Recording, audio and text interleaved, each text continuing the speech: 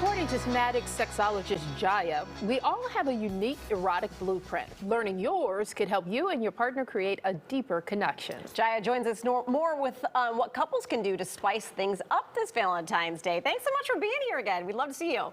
Thank you so much for having me. It's such a pleasure. How have things changed for you since Love, Sex, and Goop premiered?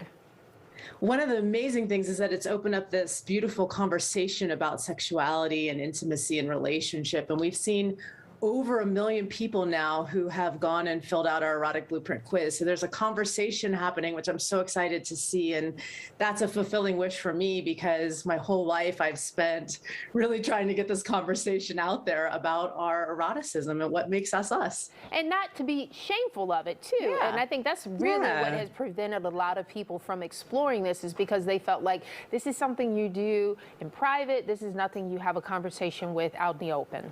Right. We have a lot of messages about shame from everything from our bodies to how we are and our desires that we have. And so I'm really here to destigmatize a lot of that. All right, let's talk about you say there's 5 blueprint types for couples. What are they?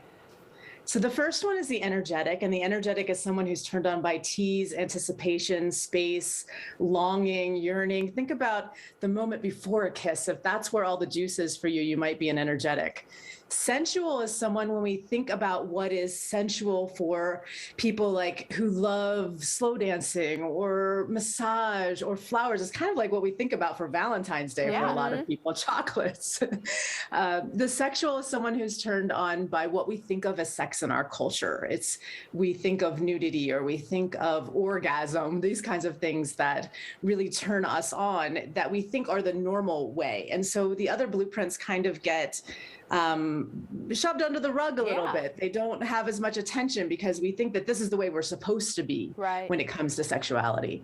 And then when we have the kinky, and that's someone who's turned on by what's taboo. It's the edge, it's the naughty. And there are 2 different types of kinky. One is someone who's more psychological. It's about the power dynamic, or it's about the role play. And someone who's more sensation based. They love impact, or they love intense sensation on their body.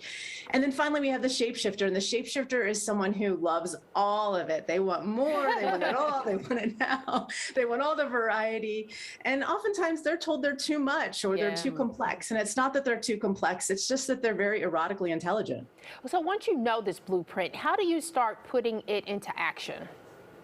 So once you know your blueprint, it's about learning how to feed your blueprint. So what are the things that actually feed you and nourish you in your sexuality? Then learning how to speak it. So what are the words? It's not just about the words, it's also your vocal tone and your body language, because that speaks a lot in the bedroom, is what is your body saying to your lover?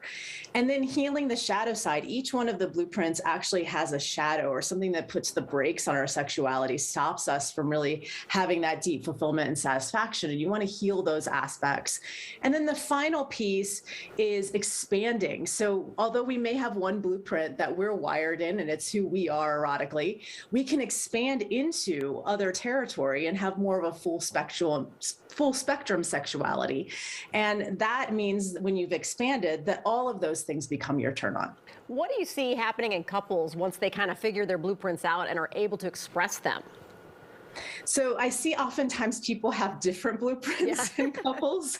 So usually like one's energetic and they want all this space and anticipation, the other is sexual and they're just going right for it. So I see these mismatches or discrepancies in sexuality. And one of the most important things is the willingness. Are you willing to learn your lover's language? And that's really what it's all about. It's just like a language. It's not sexual incompatibility. It's that I want to learn to speak French because that's what my lover or my partner speaks. And I'm going to do that because I'm willing and want to please them and understand them more fully.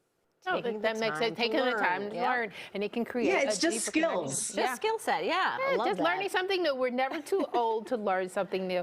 Jaya, absolutely. Thank you so much for sharing Thanks so that much for being here. Oh, thank you so much for having me. All righty.